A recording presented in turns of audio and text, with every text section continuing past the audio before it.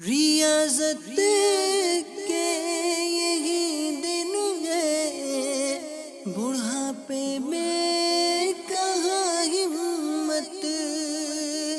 जो कुछ करना है अब कर लो, अभी नूरी जवा तुम हो, जवा तुम हो, जवा तुम हो।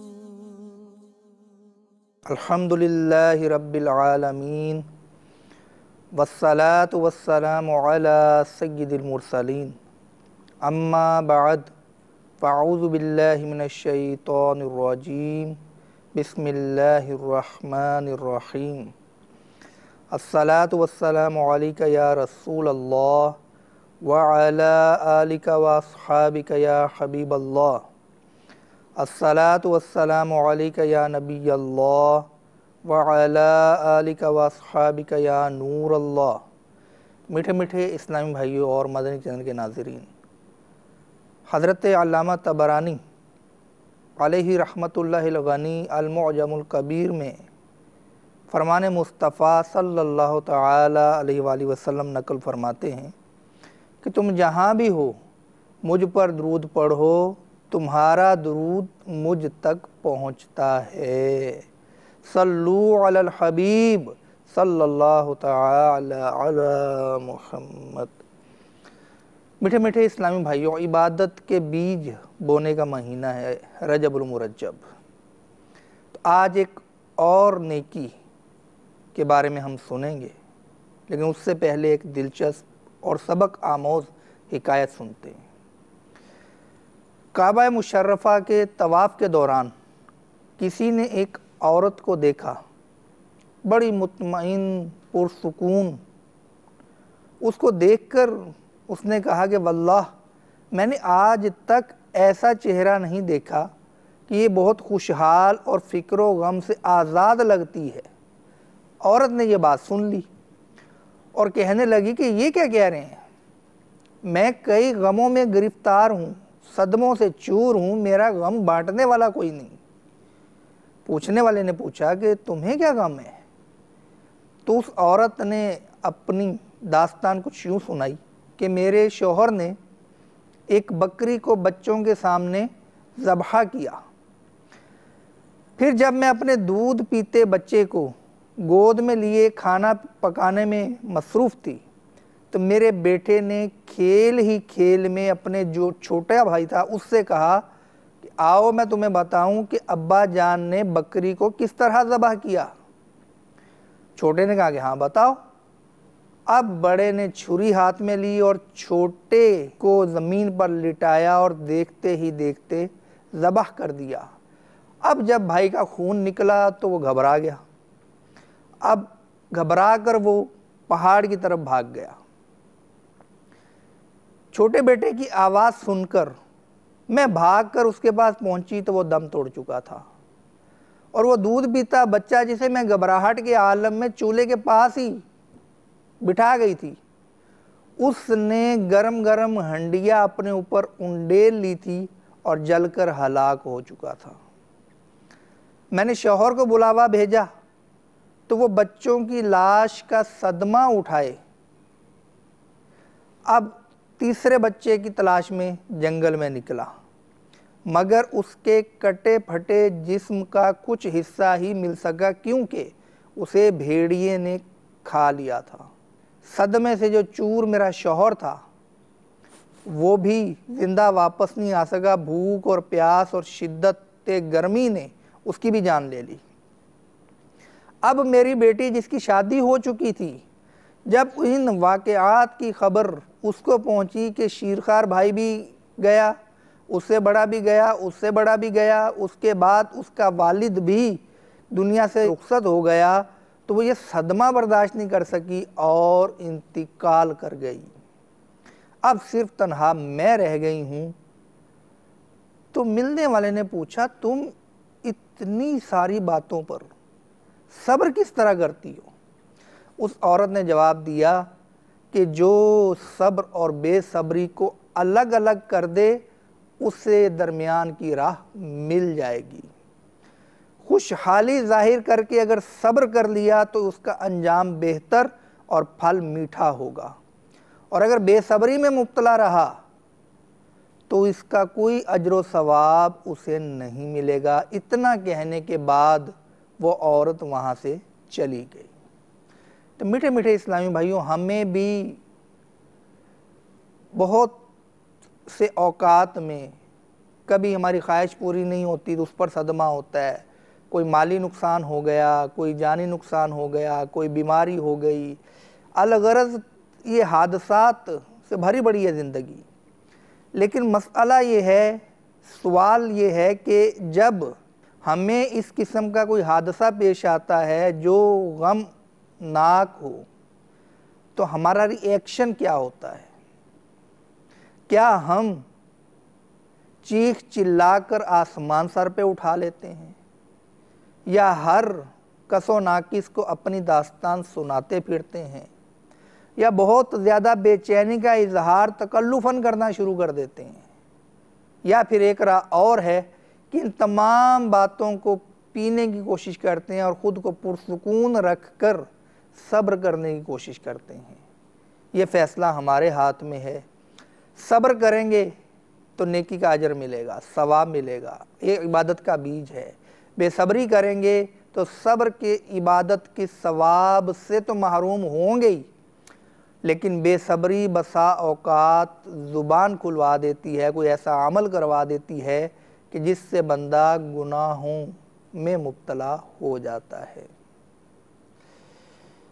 चुप रहसी ते मोती मिलसन, सब्र करें ता हीरे, पागला वंगू रौला पावें ना मोती ना हीरे। चुप रहोगे तो मोती मिलेंगे और सब्र करोगे तो हीरे मिलेंगे। अगर तुम शोर मचाओगे पागलों की तरह तो तुम्हें ना मोती मिलेंगे और ना हीरे मिलेंगे। ये फ़ैसला हमारे हाथ में है कि हम सब्र करके उसका अजर कमाना चाहते हैं, ख़ुद को पुरसुकून रखना चाहते हैं, या बेसुकूनी का इजहार करके, बेसब्री का इजहार करके सब्र के सवाब से महरूमी का दाग उठाना चाहते हैं। मेरे मीठे मीठे इस्लामी भाइयों, हमारे बुजुर्गान दीन ने किस किस तरह सब्र किया। हज़रत सैयदना इब्ने अब्बास रज़ी अल्लाह तआला अन्हुमा से रवायत है कि एक सफ़र में इनको इनके बेटे की वफ़ात की खबर दी गई। आप सवारी से उतरे और कहा इन्ना लिल्लाहि व इन्ना इलैहि राजिऊन, और कहने लगे कि हमने अल्लाह ताला के हुक्म पर अमल किया है कि सब्र और नमाज से मदद चाहो। तो आपने 2 रकअत नमाज भी पढ़ी और उसके बाद इन्ना लिल्लाहि व इन्ना इलैहि राजिऊन ये पढ़ा, तो नमाज से भी मदद ले ली और सब्र से भी मदद ले ली। ये हमारे बुजुर्गान दीन का जहन हुआ करता था। हज़रत सैयदना सुफियान सौरी अलैहि रहमतुल्लाहिल कवी फरमाते हैं कि सब्र को अपने ऊपर लाजिम कर लो, बेशक ये दीन का बादशाह है। तो मसाइब किसे दरपेश नहीं होते। नाखून का टूट जाना भी तो एक मुसीबत है, आँखों की नज़र का कमज़ोर हो जाना ये भी तो एक मुसीबत है, दांत में तकलीफ़ हो जाना ये भी तो एक मुसीबत है, पाँव में कांटा चुभ जाना ये भी तो एक मुसीबत है। तो अब मसाइब किसको दरपेश नहीं होते, तकलीफ़ें किस पर नहीं आती, लेकिन सवाल ये है कि हमारा रिप्लाई क्या होता है, हमारा जवाब क्या होता है, हमारा रद्द अमल क्या होता है कि हम सब्र करते हैं या बेसब्री का मुज़ाहरा करते हैं। इसका सवाल किसी और से नहीं, अपने आप से लीजिए कि हम जब खुद ही जज होंगे, खुद ही वकील होंगे, खुद ही मुल्ज़म होंगे, तो फिर जो जवाब आएगा वो बहुत इंसाफ वाला होगा। क्यों कि इंसान जब जज खुद हो, जब वकील खुद हो, जब मुल्ज़म खुद हो, तो अपने ख़िलाफ़ दलाइल भी खुद देने हैं, अपना दिफा भी खुद करना है, अपने ख़िलाफ़ फ़ैसला भी खुद देना है और अपने ही बारे में देना है। तो इंसान फिर इंसाफ किया करता है। तो अगर तो जवाब ये आए कि तुम सब्र इख्तियार करते हो, मरहबा, इस सब्र के दामन को थाम कर रखिए, कहीं जाने ना दीजिए। और अगर बेसब्री में मुब्तला होने का जवाब आए तो फिर कुछ करने की हाजत है, जहन बनाने की हाजत है कि अपना मदनी जहन बना लीजिए कि हमें मुख्तलिफ परेशानियां आ सकती हैं। आप परेशानियां इमेजिन करें, हम ख्वाब देखते हैं ना, ख्वाब क्या देखते हैं कि जनाब मेरा बंगला बन गया है, मेरी गाड़ी आ गई है, ये हो गया है, वो हो गया, आलीशान जनाब वो पुरतायुश किस्म का सामान ये मेरे घर में सजा हुआ है। बहुत कुछ हम सोचते हैं सहूलियात के बारे में। कभी बैठकर मसाइब के बारे में सोचेंगे, हो सकता है मेरी आंख की बिनाई चली जाए, हो सकता है कि मेरा हाथ खुदा न खास्ता हादसे में कट जाए। अल्लाह ताला से आफियत मांगनी चाहिए। मैं सिर्फ इमेजिन करने की बात कर रहा हूँ, सोचने की बात कर रहा हूँ कि अगर बिलफर्ज हमारे पाँव हमारा साथ छोड़ जाए, फालिज आ जाए, चल ही ना सकें, क्या करेंगे? सब्र करेंगे, इस सब्र पर सवाब कमाएंगे। तो आज का सब्र का कंसेप्ट जो है ना, ये भी थोड़ा बहुत गलतफहमी है इसमें कि लोग खूब जुबान चलाते हैं, एक मुसीबत आए तो साबिका सारी मुसीबतें गिनवाते हैं कि देखिए जी पहले मुझे ये हुआ, ये हुआ, ये हुआ, ये हुआ, अब मुझे ये हो गया। कभी सहूलियात के बारे में, कभी नेमतों के बारे में भी ये कहा कि पहले ये मिला, ये मिला, ये मिला, ये मिला और अल्हम्दुलिल्लाह अब ये मिला। नहीं, उस वक्त चुपा जाते हैं। तो मुसीबतों में पूरी लिस्ट याद आ जाती यार। और जब शुक्र नेमत करना हो फिर नेमतें याद नहीं आती। तो अगर मुसीबत आ जाए तो उस वक्त भी हमें है काश नेमतें याद आ जाएं। तो सब्र का मतलब ये नहीं है कि हम 4-6 अफराद को सुनाने के बाद, दिल के फफोले फोड़ने के बाद, दिल का गुबार हल्का करने के बाद अब कहें कि क्या करेंगे आप, अब सब्र ही कर रहे हैं। ये सब्र है? सब्र किसे कहते हैं ज़रा सुनिए। मुफ्ती अहमद यार ख़ान नईमी अलैहि रहमतुल्लाहिल गनी ये फरमाते हैं कि सब्र के मानी रोकना है। शरीयत में कामयाबी की उम्मीद पर मुसीबत पर बेकरार ना होने को सब्र कहते हैं। सब्र की 3 किस्में हैं। मुसीबत में सब्र किया जाता है, इबादत में सब्र किया जाता है और गुनाहों से बचने में सब्र किया जाता है। इनकी तफसील इंशाअल्लाह अज़्ज़ा वजल अगले सिलसिले में अर्ज़ की जाएगी। अभी सरे दस्त एक वजीफ़ा सुन लेते हैं। या ज़ल जलाली वल इकराम, या ज़ल जलाली वल इकराम, या ज़ल जलाली वल इकराम। ये 100 मरतबा हर नमाज के बाद पढ़कर हलाल रोज़गार के लिए दुआ मांगने वाले को इंशाअल्लाह अज़्ज़ वजल रिज़्क़ हलाल मिलेगा। अल्लाह तबारक व तआला हमें इबादत के बीज बोने के इस महीने में सब्र की नेकी का भी बीज बोने की तौफ़ीक़ अता फ़रमाए।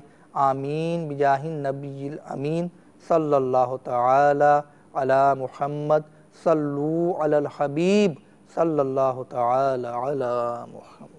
रियाज़त के यही दिन है, बुढ़ापे में कहाँ हिम्मत, जो कुछ करना है अब कर लो, अभी नूरी जवां तुम